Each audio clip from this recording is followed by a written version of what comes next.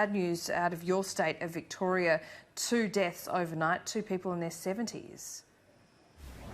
Yeah, Laura, it's extraordinarily sad whenever we see the death toll rise, and our heart goes out to those families, and seeing those tragic events occur, I think, just steals everybody's resolve for what we need to do to stop the spread of COVID-19, and I know that's been weighing very heavily on the minds of the National Cabinet.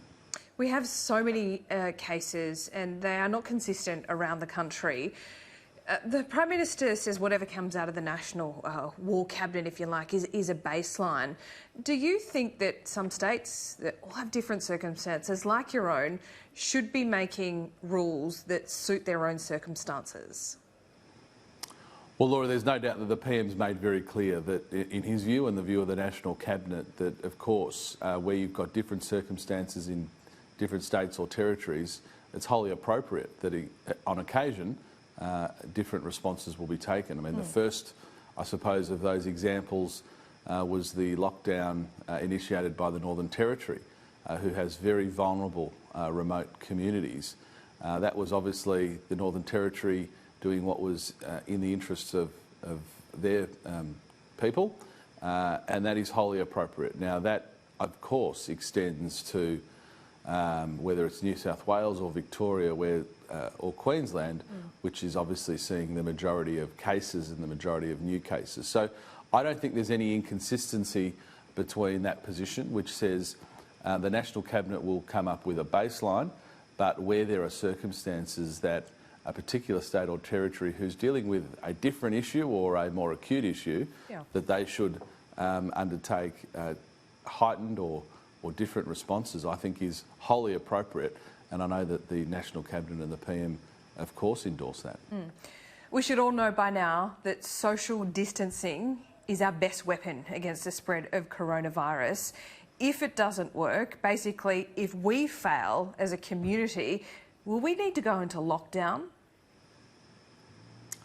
Well, Laura, there's no doubt that we've seen this through a staged approach that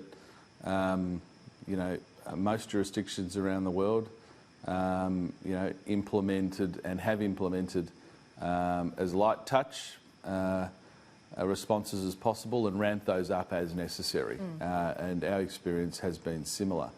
I think, and I know a lot of Australians have copped a little bit of flack for not following the rules. My experience is somewhat different. In just what I've observed, just even in the last few days, I think has been a remarkable response from Australians on taking it very seriously. I think there has been a real change, and I perhaps have some confidence, Laura, that people are taking it so seriously that the social distancing rules, the no essential travel outside of your house effective rules are being strictly adhered to by the vast majority of Australians. Now, we won't see the fruits of that perhaps for another week, but I have some confidence, Laura, that people are taking it seriously and that will make a difference.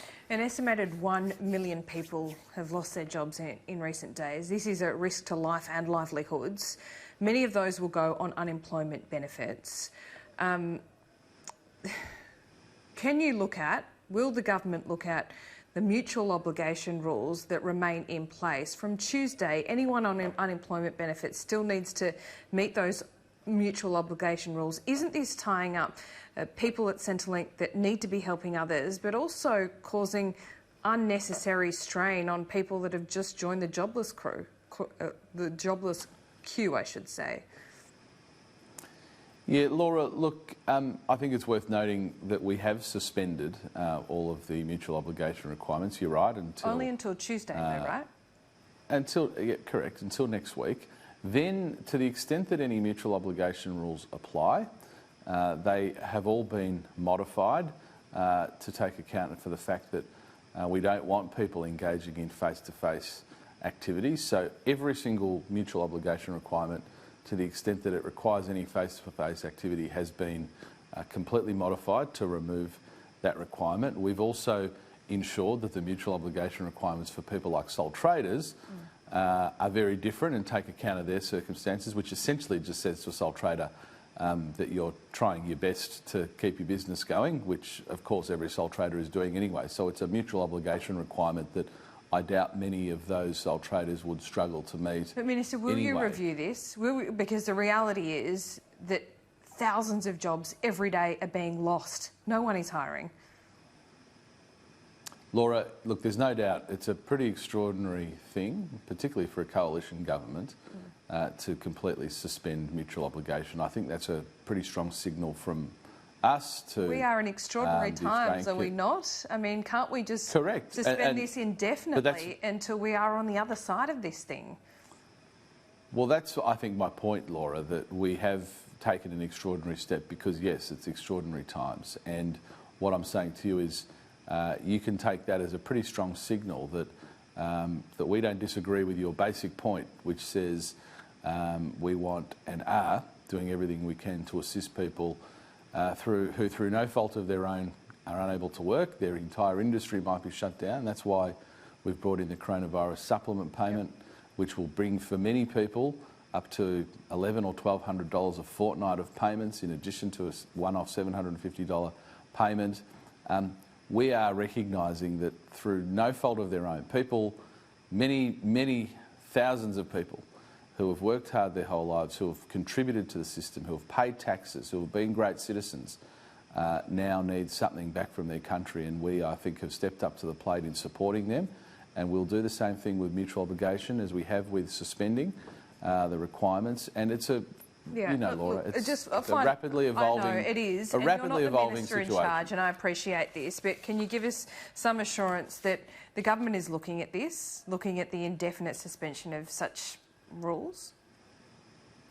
Well, the assurance I can give you, Laura, is that we are looking at everything that makes this very difficult time for those people a little bit easier. And we wouldn't do anything to make a hard time harder for those individuals.